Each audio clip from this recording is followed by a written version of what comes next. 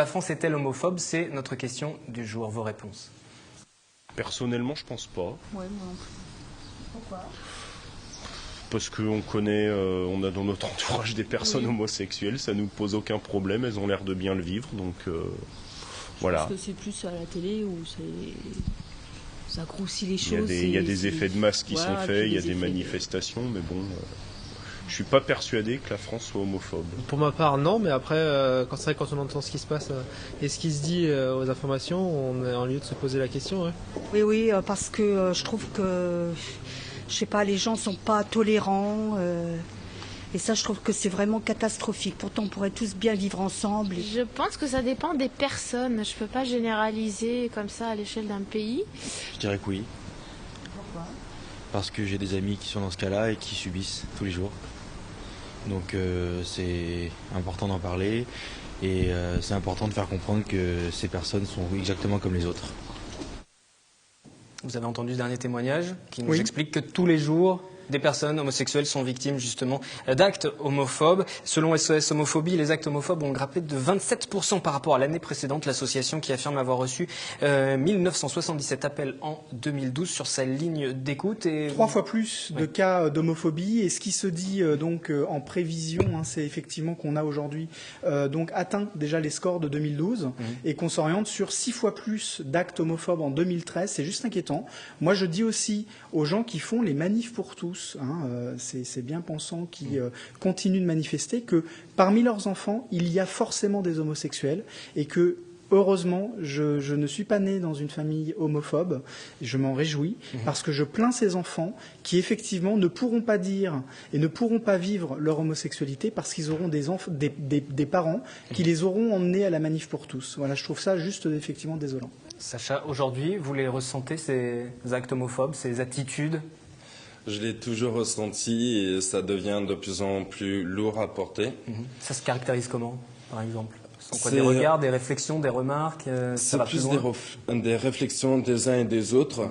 Même si c'est dans le ton de la plaisanterie, c'est que ça devient lourd. J'espère qu'un jour on trouvera autre chose. Mais ces temps-ci, plus avec le mariage pour tous, ça a rajouté une couche.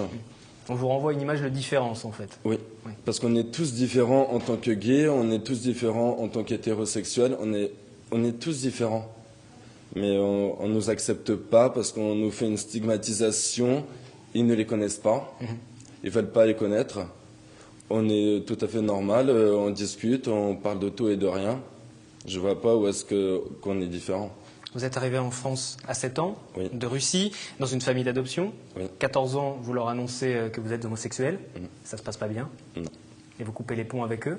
Comment ça s'est passé le moment de cette annonce, quand vous avez révélé à votre famille d'adoption que vous étiez homosexuel? Le regard du père adoptif a changé. Il a eu un regard noir profond. Et la mère adoptive, d'un côté, c'est de même. C'est comme si elle n'avait plus de fils, mais moi, de toute façon, j'avais plus de parents. Vu ce qu'ils m'ont fait subir davantage avant, ça fait vraiment beaucoup à supporter. Maltraitance physique, maltraitance mentale. Ça, c'était avant déjà de leur annoncer que vous étiez homosexuel? Il y a de ça. Ouais, avant mes 14 ans, ça va que l'État m'a sauvé un petit peu de chez eux. Sinon, c'est soit je mourrais, si je serais resté là-bas. Là, d'un côté, j'étais sauvé, j'ai fait des familles d'accueil foyer. Dans certaines familles d'accueil, dans toutes les familles d'accueil, ça a passé mon homosexualité. Dans les foyers, il fallait avoir une ossature, il fallait se paraître hétérosexuel, car c'est assez compliqué. Donc vous faisiez comme si vous étiez hétérosexuel au quotidien? Vous cachiez cette homosexualité lorsque vous êtes ensuite allé de foyer en foyer? Oui, parce que j'ai perdu toute éducation qu'il me fallait, parce qu'il m'en manque toujours pas mal. Et que j'apprends chaque jour pour rattraper tout mon passé. Et à cause de ça, j'ai fait des conneries. J'ai failli me suicider à cause de ça, parce que je ne savais plus comment m'en sortir. Le manque d'avoir une famille, c'est constant. Ce n'est pas supportable, parce que l'homophobie, ce qu'ils m'ont fait subir, je l'ai toujours en moi. Et je ne sais toujours pas comment m'en séparer. C'est l'association Le Refuge, ensuite, qui vous a aidé, qui vous a relancé par la suite, association qui a fêté ses 10 ans. Comment vous êtes rentré en contact avec eux? Ils vous ont aidé de quelle manière? J'ai pris contact avec un des responsables du refuge. Ils m'ont aidé. Ils m'ont trouvé un hôtel pour ne pas que je vive dehors, que je fasse un travail pas très catholique pour s'en sortir, pour se nourrir. Et même être dehors, de survivre contre l'homophobie, il fallait avoir encore davantage une autre stature. Être agressif, se protéger sans cesse du regard des autres, d'être jugé davantage. Et ils m'ont aidé à faire des CV, ils m'ont tout fait avoir des nouveaux papiers. Et grâce à eux, j'ai trouvé un travail où je me sens de mieux en mieux ces temps-ci, mais c'est toujours pas gagné. Parce que digérer tout ça et ce que j'entends, ainsi de suite, ça devient de plus en plus lourd. Mais là où je travaille, ça commence à m'apaiser. Quand on entend le témoignage de Sacha, on voit qu'il y a des blessures qui sont profondément ancrées. Quand on écoute son parcours, ils sont nombreux, ces jeunes aussi, à avoir eu des difficultés, aussi à révéler leur homosexualité, à la vivre au quotidien. Au niveau d'Homofesti, on a monté une structure qui s'appelle HF Égalité et qui a fait donc des spots de prévention et de promotion donc de l'égalité, et notamment sur l'homophobie. On a été les premiers à dénoncer, bien avant le refuge d'ailleurs, en 2004, on a dénoncé le fait que le premier vecteur d'homophobie en France est effectivement le vecteur de l'homophobie dans le cercle familial. C'est extrêmement destructeur parce que on a énormément de jeunes qui se découvrent homosexuels, qui ne peuvent pas le dire à leurs parents parce qu'ils sentent que leurs parents sont homophobes, et on a donc des jeunes qui vont effectivement aller beaucoup plus vers le suicide et qui vont donc faire des fugues, voire même être virés de chez leurs parents, ni plus ni moins. Ça, c'est le vrai visage de l'homophobie en France. Vous avez le sentiment qu'aujourd'hui, ça va s'aggraver, ce genre de situation? Mais c'est déjà en train de s'aggraver. C'est-à-dire que nous, on collabore au niveau d'Homofesti et d'HF Égalité beaucoup avec le refuge. HF Prévention, d'ailleurs, embauche des jeunes du refuge aussi pour les professionnaliser. Et on se rend bien compte qu'il y a de plus en plus de jeunes qui viennent donc au refuge et de moins en moins de moyens vis-à-vis donc de l'État, parce que l'État n'est plus en capacité de supporter cette vague d'homophobie. Il faut bien imaginer que nous étions dans une France qui était tolérante vis-à-vis des homosexuels. Nous avions le Pacs, ça fonctionnait plutôt pas mal. Le fait que le mariage pour tous ne soit pas accepté a monté effectivement les choses en épingle, et aujourd'hui nous avons énormément de personnes qui sont homophobes et énormément de parents qui rejettent leurs enfants parce qu'effectivement ils se sentent permis de pouvoir le faire aujourd'hui en France. Alors autour de ces questions d'homophobie, forcément nous avons aussi posé la question à l'un des organisateurs sur 50 ans en Yvelines, dans le département des Yvelines, de ces manifs pour tous. A-t-il le sentiment d'avoir justement ouvert cette boîte de Pandore, d'avoir mis le doigt dans l'engrenage de l'homophobie? Voici sa réponse, c'était ce week-end, de propos recueillis par Élodie Moine. Je ne pense pas qu'il était bon de promulguer cette loi le jour de la lutte contre l'homophobie. Pourquoi? Parce que ça assimile notre combat à un combat homophobe.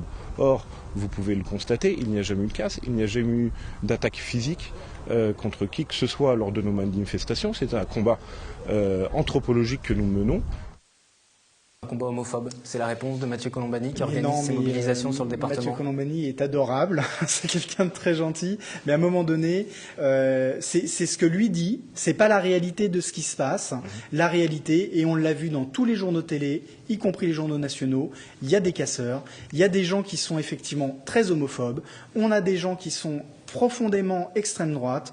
On a des gens qui effectivement donc envoient des menaces de mort. Les sites d'HF Prévention, d'Homofesti, d'HF Égalité ont été ni plus ni moins attaqués donc de l'extérieur. On s'est retrouvé avec de nombreux sites de la communauté gay qui ont effectivement été attaqués. Moi-même, j'ai reçu effectivement des menaces. À un moment donné, stop. La loi a été promulguée, ils ne sont pas obligés, on leur enlève rien, il n'y a pas de droits qui sont enlevés. Et je rappelle quand même, parce que c'est important de le rappeler, que l'homophobie, c'est condamnable. C'est un délit. Et c'est un délit. Et c'est en l'occurrence 45 000 € d'amende et 3 ans de prison.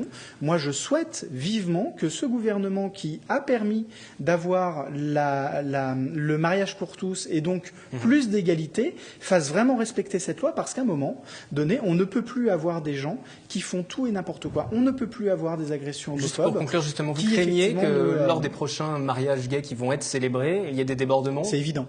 C'est évident qu'il y aura des débordements. Vous craignez aussi? Ouais. Parce que nous, c'est égal à du racisme verbal. Ce n'est plus c'est de l'homophobie, mais c'est égal à du racisme, comme si on était soit du Maghreb, soit d'un autre pays, c'est égal à ça. Et c'est un délit, vous l'avez rappelé. C'est un délit. Alors moi, ce que j'aimerais aussi dire, c'est que on ne leur a rien retiré. Ça n'est qu'une extension de droit et en l'occurrence, continuer à être dans ce schéma-là, et Mathieu Gambani est encore visiblement dans ce schéma-là, ça me rassure que à 50 ans en Yvelines, il n'y ait plus que 10 voitures, sauf que effectivement, moi dans le train, aujourd'hui, je ne peux plus avoir de conversations comme je pouvais les avoir avant, parce que les gens ont de la suspicion, regardent de travers, voire jettent des réflexions à la tête, et ça devient pesant. Et je dis aussi une dernière chose pour conclure, c'est que la région Île-de-France a bien pris le poids des problèmes qu'il y a en l'occurrence en Île-de-France et souhaite monter à terme une campagne de lutte contre l'homophobie qui devrait sortir probablement à l'approche de la Lesbian Gay Pride, qui sera le dernier week-end de juin où on pourra encore plus célébrer le mariage pour tous. Et on aura l'occasion bien sûr d'en reparler. Merci à vous d'être venu sur le plateau. Merci encore aussi à Sacha pour ce témoignage. La suite du 7-8 ce soir, ce sera avec du sport, de l'environnement, mais tout de suite de la politique.